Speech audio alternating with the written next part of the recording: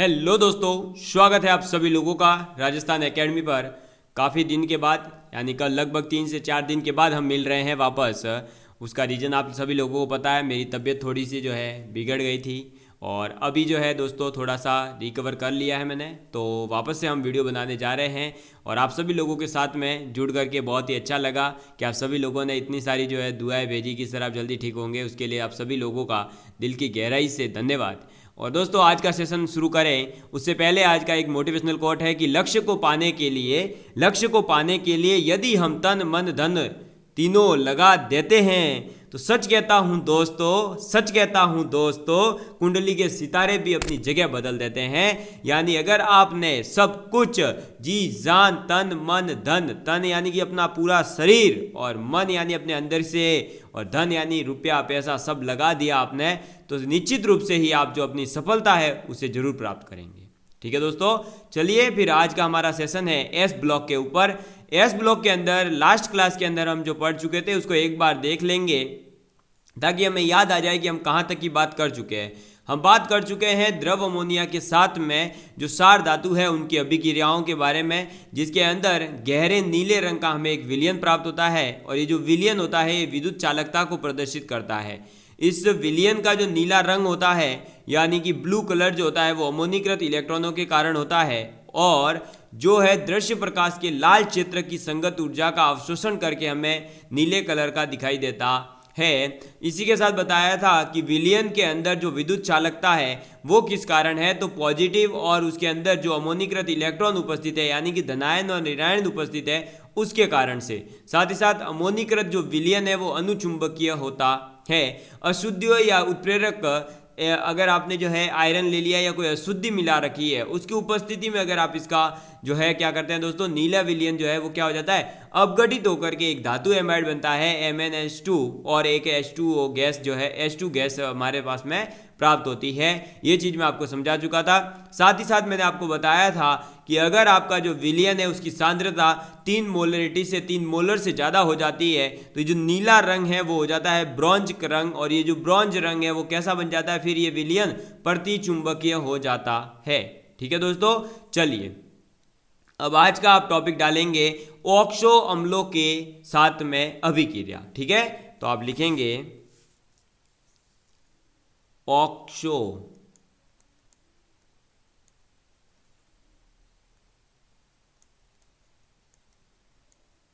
Oxo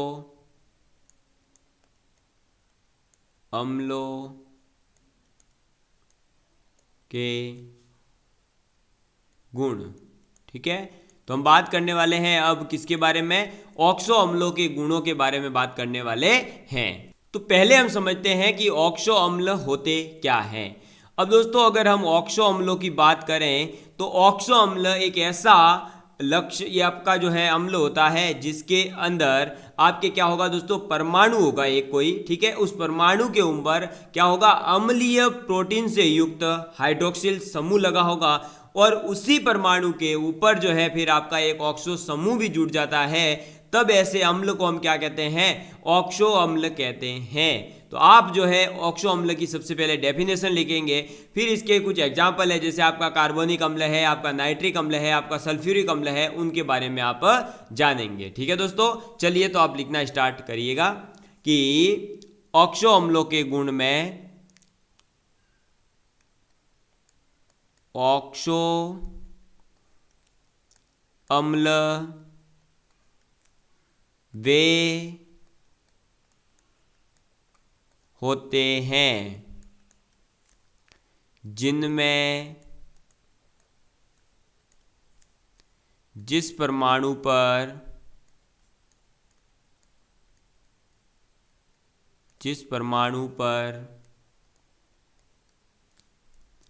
अम्लीय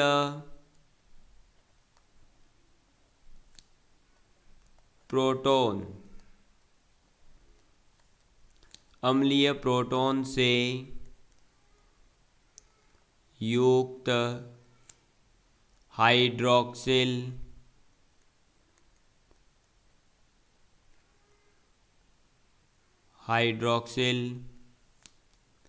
समूह होता है उसी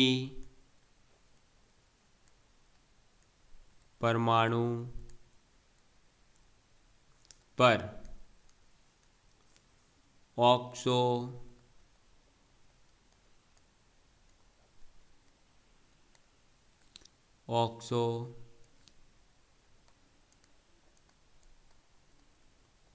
समूह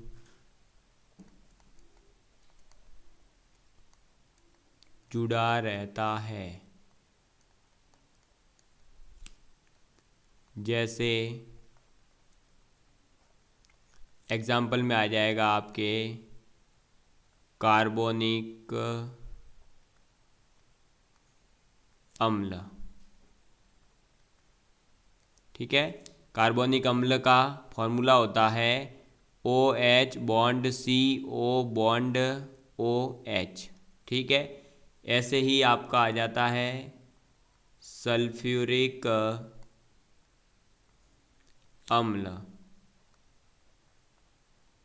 तो सल्फ्यूरिक अम्ल का फॉर्मूला आप सभी लोगों को पता ही है, OH bond SO2 bond OH। ठीक है, H2SO4 होता है, बिल्कुल ठीक है। चलो नेक्स्ट आ जाएगा आपके नाइट्रिक अम्ल। और नाइट्रिक अम्ल का फॉर्मूला क्या होता है, तो हो जाएगा OH बॉन्ड NO2। ठीक, तो ये क्या है, आपके ऑक्सो अम्ल कहलाते हैं। क्या कहलाते हैं, ऑक्सो अम्ल कहलाते हैं। ठीक, चलिए आगे बात करें अगर दोस्तों हम इनके बारे में, तो जो ये ऑक्सो अम्ल है ये सार धातुओं के साथ में क्या बनाते हैं, लवण बनाते हैं। ठीक, ये पॉइंट आप नोट कर लीजिए कि सार धातुएं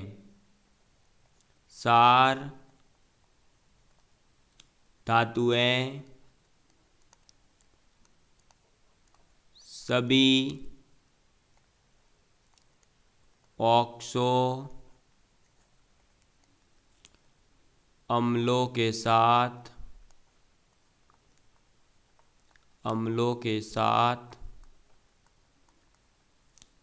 लवण बनाते हैं।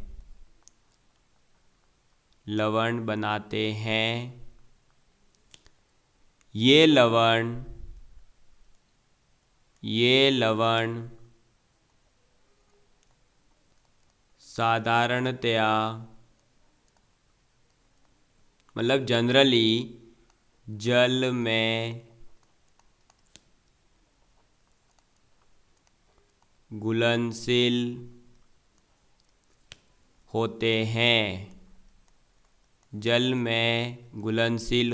हैं, तथा स्थायी होते हैं।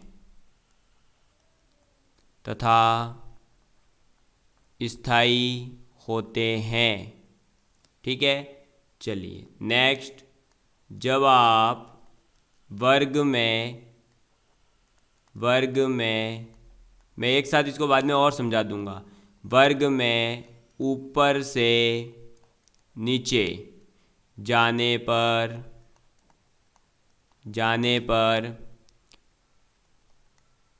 धन विद्युती यानी कि पॉजिटिव नेचर, धन विद्युती गुण बढ़ने के साथ सार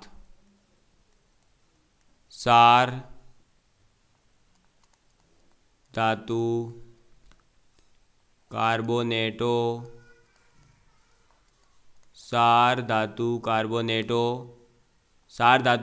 होते हैं आपका M2CO3। ठीक है, तथा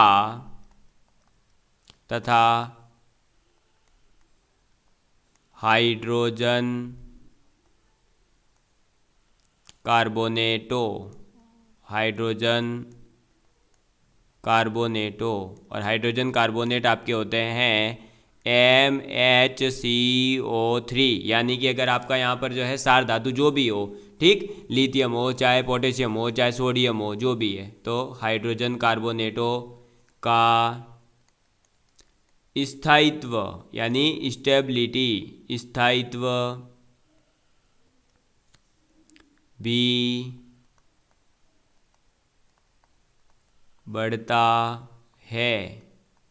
ठीक है, स्थायित्व भी उनका बढ़ता जाता है। तो दोस्तों ऑक्सो अम्ल क्या होते हैं? ऑक्सो अम्ल वे होते हैं जिनमें जिस परमाणु पर आपका अम्लीय प्रोटॉन है, अम्लीय प्रोटॉन से युक्त आपका हाइड्रोक्सिल समूह जुड़ा है, उसी के ऊपर आपका ऑक्सो समूह भी जुड़ेगा। जैसे आप ले सकते हैं कार्बोनिक अम्ल है, आपका सल्फ्यूरिक अम्ल है, नाइट्रिक अम्ल है, ये सब इसके एग्जाम्पल हो जाएंगे। जो सार धातुएं हैं जिनके बारे में बात करते हुए आ रहे हैं लीना की रबड़ी सस्ती फ्री के बारे में, तो वे सभी जो है ऑक्सो अम्ल के साथ में जब अभिक्रिया करेंगे तो एक लवण बनाएंगे। और जो लवण बनाते हैं वो लवण जनरली जल के अंदर क्या होता है? घुलनशील होता है और स्थायी होता है। साथ ही साथ जब आप वर्ग के अंदर यानी ग्रुप के अंदर ऊपर से नीचे की ओर आ रहे हो तो उसमें क्या होता है दोस्तों? आपका पॉजिटिव नेचर होता है, यानी कि धन विद्युतीय गुण जो है वो बढ़ता जाता है। उसके बढ़ने के साथ साथ क्या होता है कि जो सार धातु कार्बोनेट है और जो सार धातु के हाइड्रोजन कार्बोनेट है उनकी स्टेबिलिटी भी बढ़ती जाती है, यानी उनका स्थायित्व भी बढ़ता जाता है। समझ में आ गई बात? चलिए अब लिखते हैं आगे की बातें। तो आगे लिखेंगे दोस्तों, नेक्स्ट पॉइंट आपका आ जाएगा, ये लीजिए थर्ड पॉइंट। और थर्ड पॉइंट हो जाएगा कि जो लिथियम कार्बोनेट है उसके बारे में थोड़ा सा डिटेल में। तो आप लिखेंगे कि Li2, एक सेकेंड, Li2CO3। ठीक है, क्यों? मैंने बताया ना पीछे, देखो भाई धातु कार्बोनेटों का फॉर्मूला क्या दिया है? M2CO3। तो उसको हम क्या लिखेंगे? लिथियम कार्बोनेट को क्या लिखेंगे भाई? Li2CO3। तो लिथियम कार्बोनेट ताप के प्रति यानी टेम्परेचर के रेस्पेक्ट, उसके प्रति यानी कि उसके लिए, ठीक है, तो ताप के प्रति कम स्थायी यानी कि लेस स्टेबल होता है, कम स्थायी होता है, क्योंकि लिथियम का आकार, लिथियम का साइज छोटा होने के कारण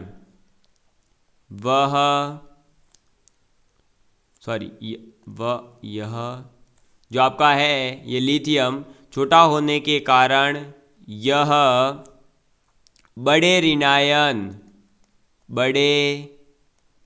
ऋणायन और बड़ा ऋणायन कौन है इसके साथ में जो जुड़ा हुआ है? आपका CO3-2 को ध्रुवित यानी उसको पोलराइज, ध्रुवित कर अधिक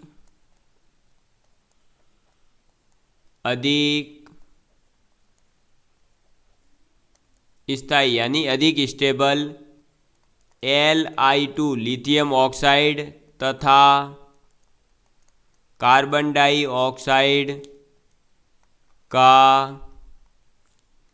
निर्माण करता है। समझ में आ गई बात? किसका निर्माण करेगा? लिथियम ऑक्साइड और कार्बन डाइऑक्साइड का निर्माण करता है। Li2CO3 जो है इसके साथ में जुड़ा हुआ आपका CO3 जो है वो क्या होता है दोस्तों? बहुत बड़ा ऋणायन है एज कंपेयर टू लिथियम के। ठीक है, लिथियम जो है उसका आकार छोटा होता है, आपको पता ही होगा। तो अब इसका आकार छोटा है तो ये बड़े ऋणायन CO3 के साथ में जो है जुड़ता है, लेकिन उसको बनने के कारण ये क्या हो जाता है? ध्रुवित हो जाता है। अब ध्रुवित होने के कारण ये जो है टेम्परेचर के प्रति कम स्थायी होता है। तो जैसे ही इसको थोड़ा सा भी टेम्परेचर बढ़ाया जाता है तो ये अपने आप को अधिक स्थायित्व देने के लिए दो भागों में टूट जाता है। एक होता है Li2O और एक होता है कार्बन डाइऑक्साइड CO2। ठीक है, तो ये आप नोट करेंगे और इसको याद रखेंगे। समझ में आ गई बात? चलिए दोस्तों, नेक्स्ट अगर बात की जाए तो जो आपका लिथियम के हाइड्रोजन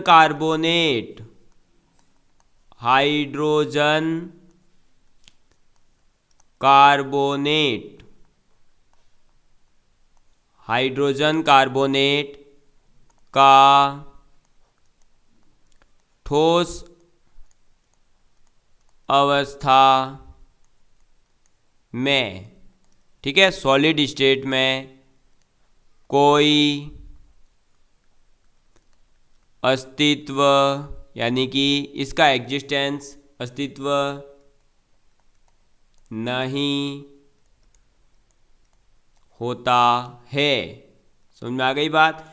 तो जो लिथियम है, उस लिथियम का जो हाइड्रोजन कार्बोनेट होगा, जैसा कि आपके दिमाग में आ रहा होगा कि LiHCO3 बनेगा, लेकिन उसका जो है दोस्तों सॉलिड स्टेट के अंदर कोई अस्तित्व नहीं होता है। समझ में आ गई बात। तो ये थे आपके दोस्तों किसके बारे में, ऑक्सो अम्लों के गुणों के बारे में हमने बात कर ली, और इसकी रिएक्शन वगैरह जो इसकी प्रॉपर्टीज है उसके बारे में भी हमने बात कर ली। ठीक है दोस्तों, तो आप लोगों को मेरे हिसाब से ये सब कुछ क्लियर हो चुका होगा। ठीक है दोस्तों, चलिए अब बढ़ते हैं हम कुछ इम्पोर्टेंट जो हमारे यौगिक है उनके बारे में बात करने के लिए। जैसे कि आपका आ जाता है सोडियम कार्बोनेट है, जिसे हम दावन सोडा कहेंगे। ऐसे ही आपका आ जाएगा एक जो है सोडियम क्लोराइड ले सकते हैं, सोडियम हाइड्रोक्साइड हो सकता है आपका। ठीक है, उसके अलावा आपके सोडियम और पोटेशियम के जो ऑर्गेनिक यानी कि जैविक रूप से, बायोलॉजिकल रूप से जो है इंपॉर्टेंस है उसके बारे में। फिर आपका सोडियम बाइकार्बोनेट होता है, बेकिंग सोडा,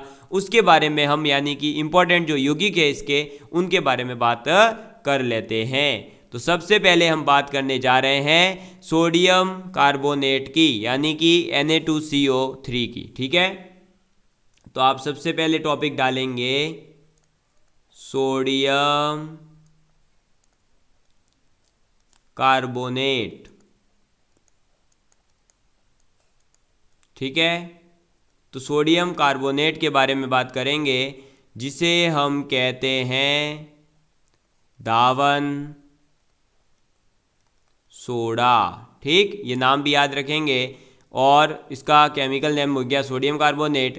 प्रचलित या प्रचलित नाम पूछे तो आप कहेंगे इसका क्या, दावन सोडा। और इसका अगर फॉर्मूला पूछे तो हो जाएगा Na2CO3.10H2O। समझ में आ गई बात, ये पूरा फॉर्मूला इसका हो जाएगा।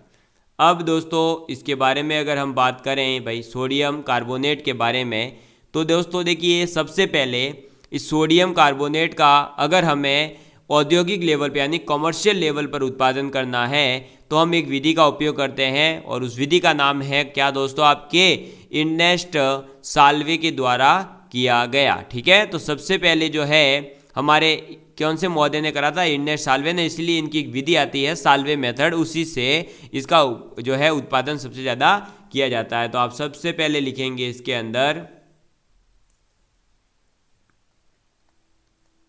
सर्वप्रथम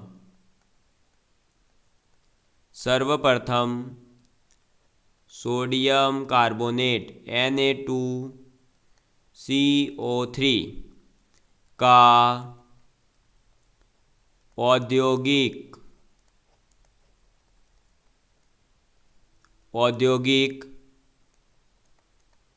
उत्पादन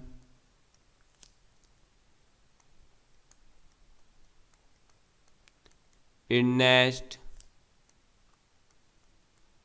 साल्वे द्वारा किया गया। ठीक है, ये बात आप याद रखेंगे कि सबसे पहले जो Na2CO3 है यानी सोडियम कार्बोनेट है, उसका औद्योगिक उत्पादन किसके द्वारा किया गया था, तो इर्नेस्ट साल्वे के द्वारा किया गया था। ठीक है, अब इसमें जो है साल्वे प्रोसेस जो किया गया, इसमें क्या किया गया था, इसमें जो है दोस्तों आपके ब्राइन को, ब्राइन यानी होता है NaCl, सोडियम क्लोराइड का जो विलयन होता है उसे हम कहते हैं ब्राइन, और उस ब्राइन को जो है सोडियम कार्बोनेट में बदला गया था। तो आप लिख लीजिए ये जो साल्वे प्रक्रम था इसमें ही। ठीक है, तो इस प्रक्रम में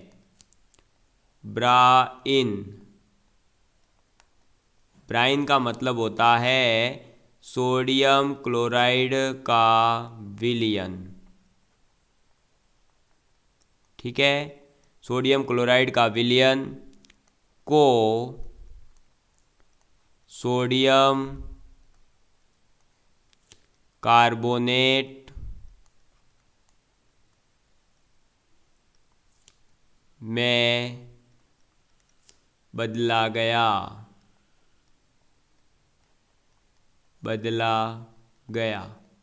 ठीक, ये बात आप लोग याद रखेंगे। चलिए दोस्तों आगे बात करें अगर, तो इसमें जो है दोस्तों क्या किया गया था कि आपका जो नॉर्मली नमक होता है, साधारण नमक जो आप जनरली घर में भी हमारे जो यूज होता है उसकी बात कर रहे हैं। तो साधारण नमक, भाई साधारण नमक क्या होता है, NaCl जिसको कहते हैं। तो साधारण नमक प्लस इसके अंदर लाइम स्टोन कच्ची सामग्री, यानी कि आपका जो है भाई रॉ मटेरियल तो चाहिए ना किसी भी प्रोडक्ट को बनाने के लिए। तो लाइम स्टोन कच्ची सामग्री के रूप में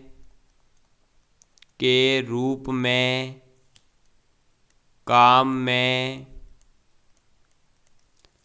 में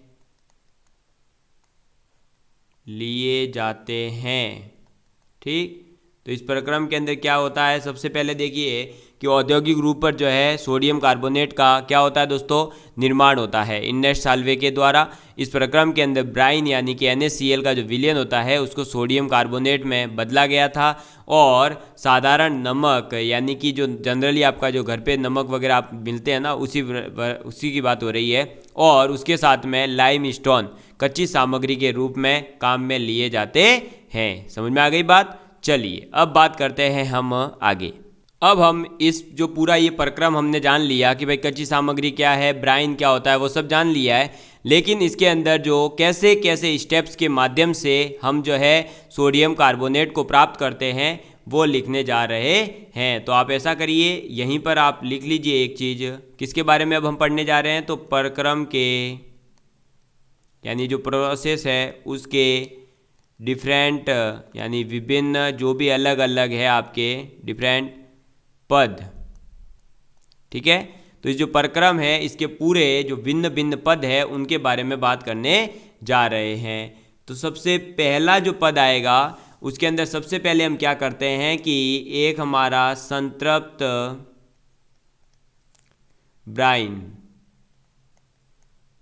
ठीक है, 30%, संतृप्त ब्राइन कितना, 30% को शुद्ध कर उसमें शुद्ध करके उसमें जो है दोस्तों गैसीय अमोनिया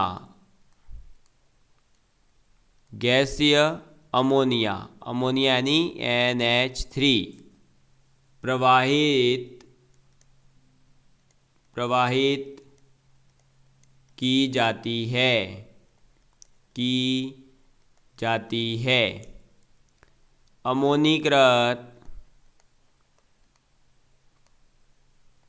अमोनीकृत ब्राइन के संतृप्त विलयन में CO2 कार्बन डाइऑक्साइड गैस प्रवाहित कर सोडियम हाइड्रोजन कार्बोनेट NaHCO3 बनाया जाता है। ठीक है, तो सबसे पहले हम क्या कर रहे हैं, जो हमारा ब्राइन है, जो संतृप्त विलयन है 30% तक को शुद्ध करके उसमें जो है दोस्तों गैसीय अमोनिया यानी NaH3 को प्रवाहित करते हैं।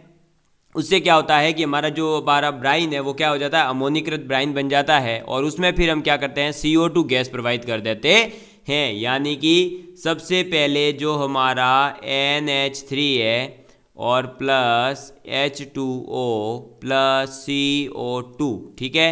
इसको मिलाएंगे तो बनेगा हमारा क्या, अमोनीकृत यानी कि अमोनी carbonate, ammonium carbonate NaH4 whole twice CO3, ठीक है। फिर इसका सोडियम आपका NaH4 होल ट्वाइस CO3 और इसके साथ में आपका H2O प्लस इसके साथ में CO2, इससे बन जाता है आपका अमोनियम हाइड्रोजन कार्बोनेट, ठीक है। क्या बन जाता है, अमोनियम हाइड्रोजन कार्बोनेट। और फिर इसकी रिएक्शन होती है NaCl प्लस NH4 HCO3, तो ये बन जाता है हमारे NaHCO3 प्लस NH4Cl, ठीक है। अब जो दोस्तों हमारे पास में ये NaHCO3 मिला है, उस ब्राइन विलियन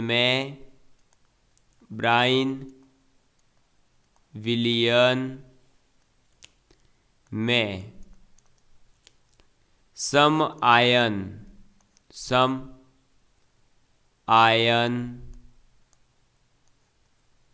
प्रभाव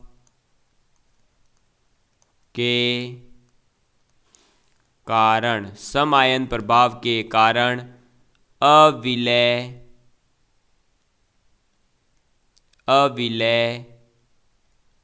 होता है, ठीक है।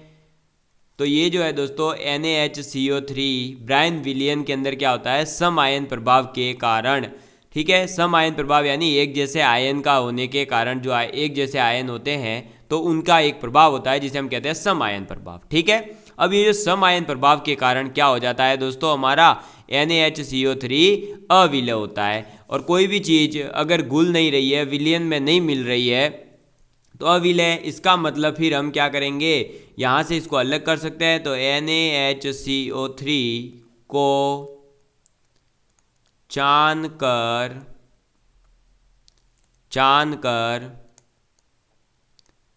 अलग कर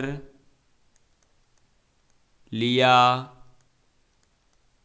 जाता है, ठीक है। NaHCO3 को चान करके हम अलग कर लेते हैं। फिर जब ये हमारा अलग हो चुका है तो इस NaHCO3 सोडियम हाइड्रोजन कार्बोनेट को 150 डिग्री तक गरम करके क्या करते हैं, 150 डिग्री तक गरम करते हैं,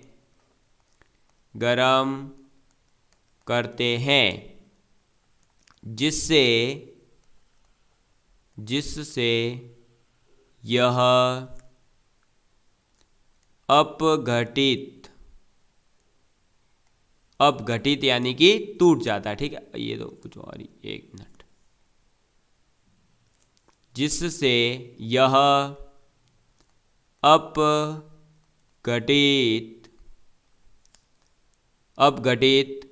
होकर निर्जल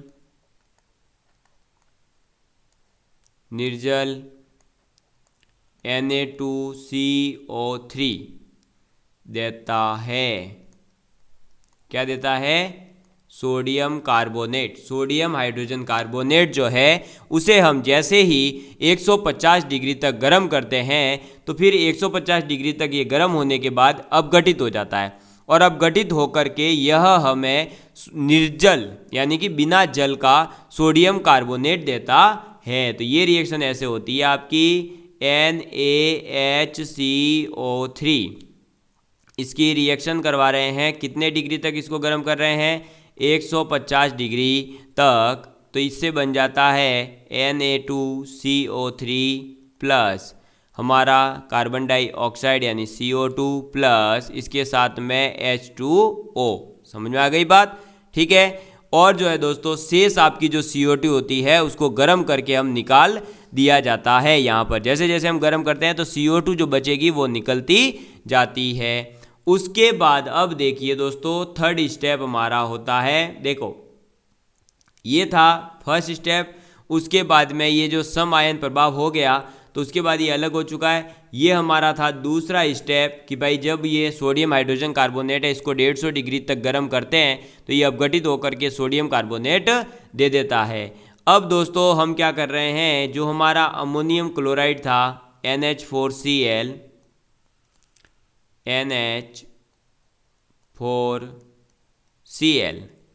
की लाइम जल, ठीक है। लाइम जल का मतलब क्या हुआ दोस्तों, CaO प्लस H2O, ठीक है। तो लाइम जल से क्रिया करवाने पर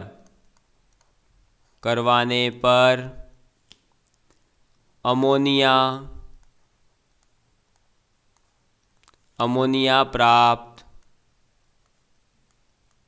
होती है जिसे पुनः प्रयोग में लिया जा सकता है, ठीक है। तो जो हमारा NH4Cl है यानी अमोनियम क्लोराइड है उसकी लाइम जल से क्रिया करवाने पर अमोनिया प्राप्त होता है, उसे हम वापस से उपयोग में ले सकते हैं, ठीक है। तो हम सबसे पहले कैल्शियम कार्बोनेट को गर्म करेंगे और इससे हमें मिलेगा क्या, कैल्शियम ऑक्साइड प्लस इसके साथ में कार्बन डाइऑक्साइड। फिर ये जो कैल्शियम ऑक्साइड मिला इसकी रिएक्शन होगी H2O के साथ में, तो यहाँ से हमें मिल जाएगा कैल्शियम हाइड्रोक्साइड। समझ में आ गई बात। तो हमारे जो है लाइम जल के साथ में किसकी अभिक्रिया करवानी है, लेकिन NH4Cl की। तो ये जो है हमारा कैल्शियम हाइड्रोक्साइड है जो किसकी रिएक्शन से मिल रहा है, CaO और H2O की। तो CaO और H2O को जो है लाइम जल कह रहे हैं तो उससे बना है कैल्शियम हाइड्रोक्साइड। तो हम क्या करेंगे, अब हमारा जो अमोनियम क्लोराइड है NH4Cl उसकी रिएक्शन करवा देंगे कैल्शियम हाइड्रोक्साइड के साथ में, और जब इससे अभिक्रिया होगी तो हमारे पास बनेगा एक तो NH3 यानी कि ammonia plus calcium chloride plus 2H2O, ठीक है, यानी कि जल। तो इस प्रकार से आपने देखा कि हमें क्या मिल चुका है दोस्तों, अमोनिया मिल चुका है। और पीछे हमने देख लिया कि सोडियम कार्बोनेट हमें जो है यहाँ मिल चुका था। तो यहाँ हम ये कह सकते हैं कि आपको जो है ये कैल्शियम क्लोराइड है ये है एक उप उत्पाद के रूप में या सह उत्पाद के रूप में हमें प्राप्त होता है। समझ में आ गई बात। कहने का मतलब इस पूरी रिएक्शन के अंदर हमें एक तो मिलेगा Na2CO3 और एक उसी के साथ में कैल्शियम क्लोराइड और मिल जाता है। समझ में आ गई बात, ठीक है। ये चीज़ आपको याद रखनी है। साथ ही साथ इस साल्वे प्रोसेस को हमने समझ लिया, तो यहाँ आप लिख लीजिए कि साल्वे विधि द्वारा, यानी कि साल्वे जो मेथड है इसके द्वारा, साल्वे विधि द्वारा पोटेशियम कार्बोनेट, क्या, पोटेशियम कार्बोनेट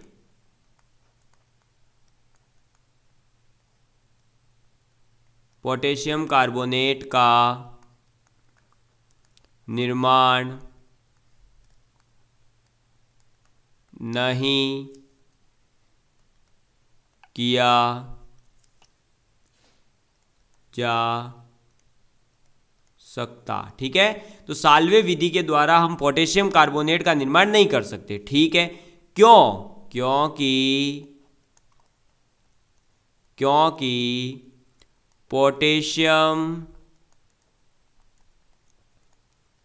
पोटेशियम हाइड्रोजन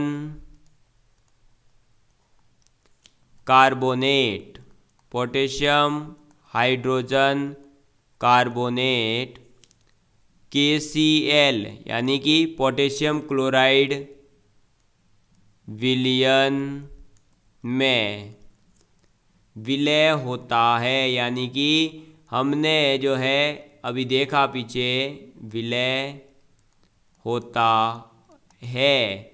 जो हमारा भाई पीछे सोडियम हाइड्रोजन कार्बोनेट था वो अविलय था, तब तो हमने बाहर निकाल दिया, लेकिन यहाँ प्रॉब्लम ये है कि जो पोटेशियम हाइड्रोजन कार्बोनेट बनता है वो तो विलय है, और वो विलय है तो वो तो विलयन की तरह अंदर मिल जाएगा, और विलय हो गया तो उसके बाद हम किसको ऐसे अलग नहीं कर पाएंगे, और जब इसको अलग नहीं कर सकते तो हमें कैसे जो है फिर हमारा पोटेशियम कार्बोनेट प्राप्त होगा। तो आपको अगर पूछा जाए कि भाई आप पोटेशियम कार्बोनेट क्यों नहीं बना सकते साल्वे विधि के द्वारा, तो इसलिए क्योंकि सोडियम हाइड्रोजन कार्बोनेट विलयन एक विलय विलयन है। समझ में आ गई बात। और ये जो पूरा साल्वे प्रोसेस है इसको एक बार हम वापस से देख लेते हैं कि क्या था। दोस्तों देखिए, सबसे पहले क्या होता है कि आपका जो सोडियम कार्बोनेट है उसे साल्वे मॉडल के द्वारा, इनर्ट साल्वे के द्वारा क्या किया गया, प्रारंभिक लेवल पर यानी एक औद्योगिक उत्पादन कमर्शियल लेवल पर अगर बनाने की बात करें तो सर्वप्रथम इन्होंने बनाया था। इस अंदर होता क्या है, तो ब्राइन यानी कि सोडियम क्लोराइड का विलयन होता है, उसको सोडियम कार्बोनेट में बदला गया है, और कच्चे माल के रूप में हम इसमें उपयोग लेते हैं किसका, साधारण नमक का और लाइम स्टोन का। अब इसके अंदर क्या होता है कि सबसे पहले जो हमारा संतृप्त ब्राइन है 30% तक का, उसको शुद्ध करके उसमें जो है गैसीय अमोनिया NH3 को प्रवाहित किया जाता है। उसको प्रवाहित करने के बाद जो अमोनीकृत ब्राइन मिलता है उसके संतृप्त विलयन में कार्बन डाइऑक्साइड गैस प्रवाहित की जाती है, और इस प्रकार फिर हमें सोडियम हाइड्रोजन कार्बोनेट प्राप्त होता है, जिसकी हमने तीनों रिएक्शन देख करके समझ लिया कि किस प्रकार सोडियम हाइड्रोजन कार्बोनेट मिलेगा। अब ये जो सोडियम हाइड्रोजन कार्बोनेट है ये ब्राइन विलयन में सम आयन प्रभाव के कारण अविलय होता है। अब ये अविलय है तो भाई देखो इधर देख लो, सब ब्राइन विलयन का मतलब क्या है, NaCl का विलयन, तो NHCO3 यानी कि sodium hydrogen carbonate sodium chloride के अंदर अविलय होता है। ठीक है, अब ये अविलय है तब तो हम क्या कर रहे हैं, सोडियम हाइड्रोजन कार्बोनेट को विलयन से चान करके अलग कर देते हैं। सोडियम हाइड्रोजन कार्बोनेट को 150 डिग्री तक गर्म करते हैं, जिससे यह अपघटित होकर निर्जल Na2CO3 देता है, यानी सोडियम कार्बोनेट देता है। तो सोडियम हाइड्रोजन कार्बोनेट जो है वो 150 डिग्री तक गर्म होने के बाद टूटता है और Na2CO3 CO2 और H2O देता है। फिर दोस्तों जो हमारा NH4Cl है यानी अमोनियम क्लोराइड, उसको लाइम जल से क्रिया करवाने पर अमोनिया प्राप्त होता है, जिसे हम पुनः प्रयोग में ले सकते हैं। तो यहाँ पर जो अमोनिया भाई आ रहा है वो कैसे आएगा, तो इस प्रोसेस से आता है। उसमें क्या होता है कि कैल्शियम कार्बोनेट को हम गर्म करते हैं और कैल्शियम ऑक्साइड और कार्बन डाइऑक्साइड में तोड़ देते हैं। फिर जो ये कैल्शियम ऑक्साइड है इसकी जल से अभिक्रिया करवाते हैं तो कैल्शियम हाइड्रोक्साइड मिलता है, जिसे हम लाइम वाटर कहते हैं। अब इसकी अभिक्रिया जब अमोनियम क्लोराइड के साथ करवाते हैं तो NH3 और CaCl2 और H2O मिलता है। जो CaCl2 है वो एक सह उत्पाद के रूप में काम आता है, और साल्वे विधि के द्वारा आप जो है पोटेशियम कार्बोनेट का निर्माण नहीं कर सकते, क्योंकि पोटेशियम हाइड्रोजन कार्बोनेट KCl विलयन में विलय होता है। समझ में आ गई बात। ठीक है दोस्तों, तो चलिए दोस्तों अब मिलेंगे हम अगली क्लास के अंदर, जिसके अंदर हम बात करेंगे इसके गुणों के बारे में, इसका उपयोग के बारे में, और नए एक सोडियम क्लोराइड यौगिक के बारे में। Love you all of you and bye, take care, और ज़्यादा से ज़्यादा लोगों तक इस क्लासेस को पहुंचाइए। धन्यवाद।